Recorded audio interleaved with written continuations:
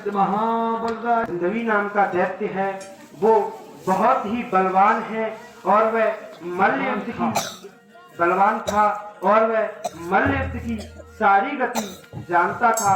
तो हे प्रभु, एक बार दुंदुभी नाम का दैत्य समुद्र में गया और समुद्र में खड़ा हो गया और समुद्र को मथने लगा तो जीव जंतु मरने लगे। तो उन जीव जंतुओं ने समुद्र से यह विनय की, हे प्रभु हमें बचाओ।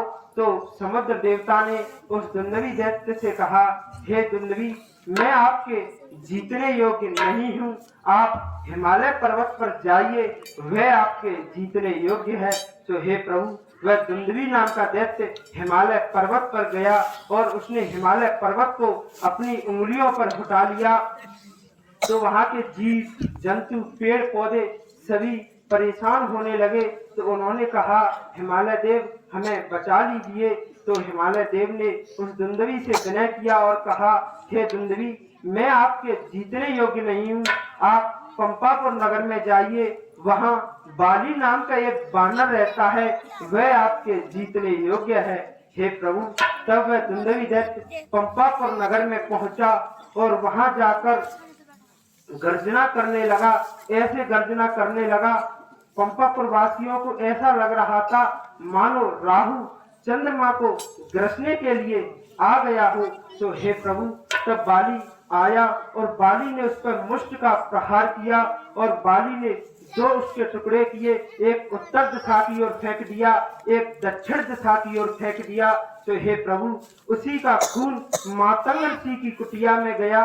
तो उस समय मातंग ऋषि स्नान करके और जब अपनी कुटिया में आए तो उन्होंने यह खून देखा। तो उन्होंने कहा, यह खून कहाँ से आया है। तो वहाँ एक यक्ष ने उन्हें सब कथा सुनाई।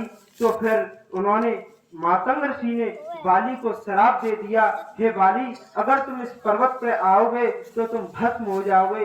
हे प्रभु, बाली इसी भय के कारण इस पर्वत पर आता नहीं है। सुन सुग्रीव में मारी हो बाली एक ही बाण, ब्रह्म रूप शरणागतो जय न उबर रही। हेलो, हे सुग्रीव, मैं बाली को एक ही बाण में मार दूंगा, चाहे फिर वो शंकर जी और ब्रह्मा जी की शरण में क्यों चला जाए, फिर भी उसे मेरे बाण से कोई नहीं बचा सकता। मित्र दुखोन दुखारी, जिन्हें विलोकत पात सुहारी। सखा, जो मित्र के दुख को देख करके दुखी नहीं होते हैं, ऐसे मित्र अत्यंत दुखकारी होते हैं और वह सच्चे मित्र नहीं होते हैं। निज दुख गिरी सम रज कर जाना, मित्र के दुख रज मेरु समाना। और हे सखा, अपने मित्र के पर्वत समान दुख को, एक रज के समान दुख को पर्वत के समान जाने और अपने स्वयं के रज के समान दुख को और पर्वत के समान न जाने। लेत देत मन संकन धरई, बल अनुमान सदा ही तक रही। और हे सखा, लेते और देते समय बिल्कुल भी शंका नहीं करना चाहिए और अपने बल के अनुसार उसकी मदद करना चाहिए। कह सुग्रीव सुनो रघुवीर रणधीरा। सुनिए, बाली अत्यंत बलवान और रणधीर है। शब्द काल यह कृपा निधाना, वेद जो सो एक ही बाना।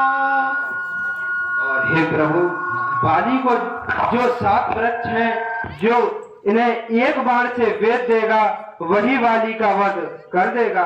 हे प्रभु, जे चंद्रमंडलाकार की आकृति है, यही वो वृक्ष है, जो इन्हें एक बाण से वेद देगा, वही बाली का वध कर देगा। हे प्रभु, एक समय की बात है, जब बाली वन में गया और उन्होंने फल फूल वाले फलों को देखा तो उन्हें तोड़कर घर ले आया और उसने स्नान करके फलों को धुलकर प्रभु के लिए रख दिया।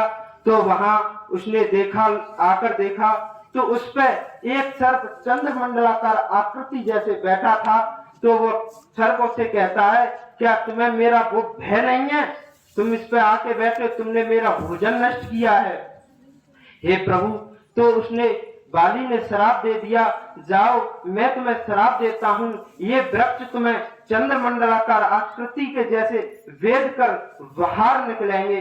हे प्रभु, इसी लिए ये 7 वृक्ष हैं।